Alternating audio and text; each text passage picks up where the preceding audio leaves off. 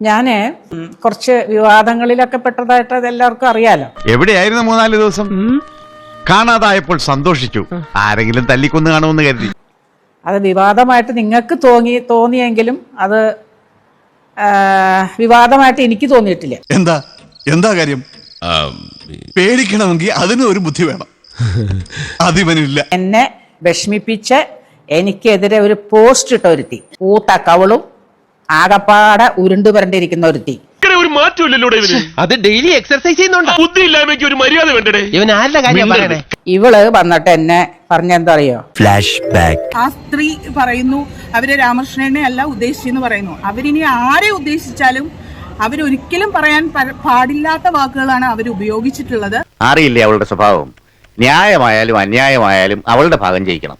ഈ സ്ത്രീ, ഞാൻ പുരുഷനാന്ന് പറഞ്ഞിട്ടുണ്ട് അടി അതിന്, നീ എന്നെ സ്ത്രീ എന്ന് പറയാനായിട്ട്. ഒരിക്കലും ഒരു കലാകാരിക്ക് ചേർന്ന സംസ്കാരമല്ല അവര് അന്ന് ഒരു യൂട്യൂബ് ചാനലിന്റെ മുന്നിൽ ഇരുന്ന് പറഞ്ഞത്. പ്രത്യേകിച്ച് ഒരു ടീച്ചർ, ഒരു ടീച്ചർ എന്നൊന്നും എനിക്ക് അവരെ പറയാൻ തോന്നുന്നില്ല. ഓർക്കുമ്പോ എന്റെ തോലുരിഞ്ഞു പോവാ. അപ്പൊ തോലുരിയ നീ എന്താ വല്ല പാമ്പ് സർപ്പമറ്റാണോ? അവർക്ക് കലാമണ്ഡലം എന്നുള്ള പേര് അവരുടെ പേരിനോടൊപ്പം ചേർക്കാൻ യോഗ്യതയില്ല എന്ന് തന്നെ വിശ്വസിക്കുന്ന ഒരാളാണ് ഞാൻ.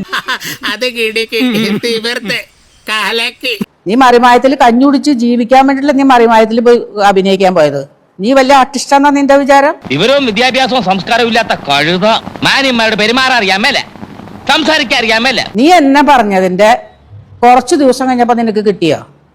നിന്റെ ഭർത്താവ് പീഡന കേസിൽ പ്രതിയായി, ശരിയാണോ? ഈ രോഗത്തിന് ഒരു ചികിത്സയേ ഉള്ളൂ. രാത്രിയിൽ നാഷണൽ ഹൈവേ കൊണ്ടുപോയി കുറച്ച് ഭൃതിഞ്ചകൻ ലേഹ്യം കൊടുത്ത് ഫുട്പാത്തിൽ മയക്കി കിടത്തുക. രാത്രിയിൽ എഴുന്നേറ്റ് ഏതെങ്കിലും ലോറിക്ക് അടവച്ചോളൂ. എന്നെ പറഞ്ഞതിന്റെ ഒരു 6 മാസം കഴിഞ്ഞപ്പോ നിന്റെ ഭർത്താവിന് ശരിക്കിട്ട് കിട്ടിയ. ഇപ്പൊ നിന്റെ ഭർത്താവിനെ ആ സീരിയലിൽ കാണാനില്ല. കളിക്കുമ്പോഴേ അനാവശ്യം പറയുമ്പോ ദൈവം എന്ന് പറഞ്ഞൊരു ശക്തി ഉണ്ടെന്ന് മനസ്സിലാക്കണം. എത്രയും പെട്ടെന്ന് പറഞ്ഞു വിട്ടില്ലെങ്കിൽ ഇതൊരു കൊല്ലാപ്പായി തീരും. പറഞ്ഞില്ലാന്ന് വേണ്ട. ഒരാളെ അറിയാതെ ഒന്നും നീ പറയരുത്. ഞാൻ അങ്ങനെയാ.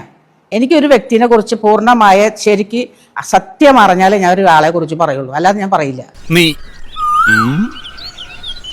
ഇനി നീ എനിക്കെതിരെ നല്ല വൃത്തിയായിട്ട് ഫേസ്ബുക്കിൽ ഒന്നും കൂടി ഇട്, അപ്പൊ ഞാൻ അതിന്റെ പുറകെ വരാം. ഓക്കെ, ശരി. ഇനി ഞാനിവിടെ നിന്ന് ഡയലോഗ് പറഞ്ഞ കരഞ്ഞു പോകും. ഉസ്മാനെ രക്ഷപ്പെട്ടോ.